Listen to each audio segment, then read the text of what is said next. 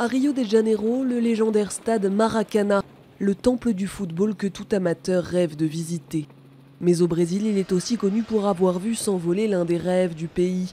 Le 16 juillet 1950, en finale de la Coupe du Monde, la Seleção s'incline face à un tout petit voisin, l'Uruguay. Une défaite 2-1 connue sous le nom de Maracanaço et qui reste 64 ans plus tard une blessure cuisante.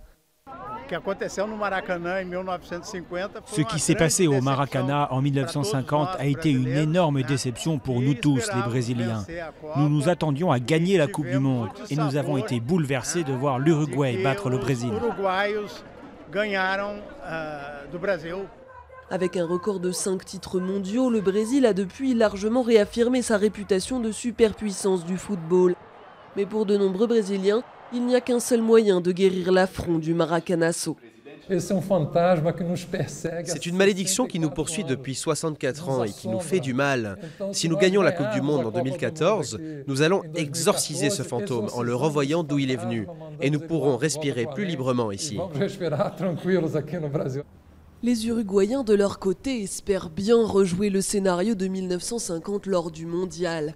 Après avoir bataillé pour se qualifier, le pays s'accroche à son lointain triomphe. Une publicité récente de la marque Puma, l'équipementier de l'Uruguay, met en scène le fantôme de 1950 qui revient hanter les Brésiliens.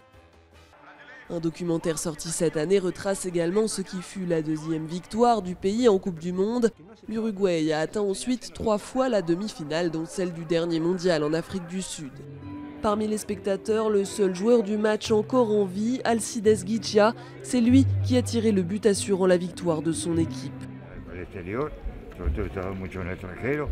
Les gens, surtout à l'étranger, m'ont toujours demandé comment un pays aussi petit pouvait avoir autant de titres.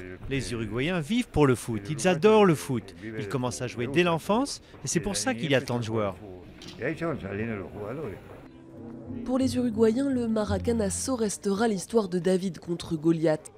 Pour les Brésiliens, le mauvais souvenir est aussi un rappel opportun qu'il ne faut jamais sous-estimer l'adversaire.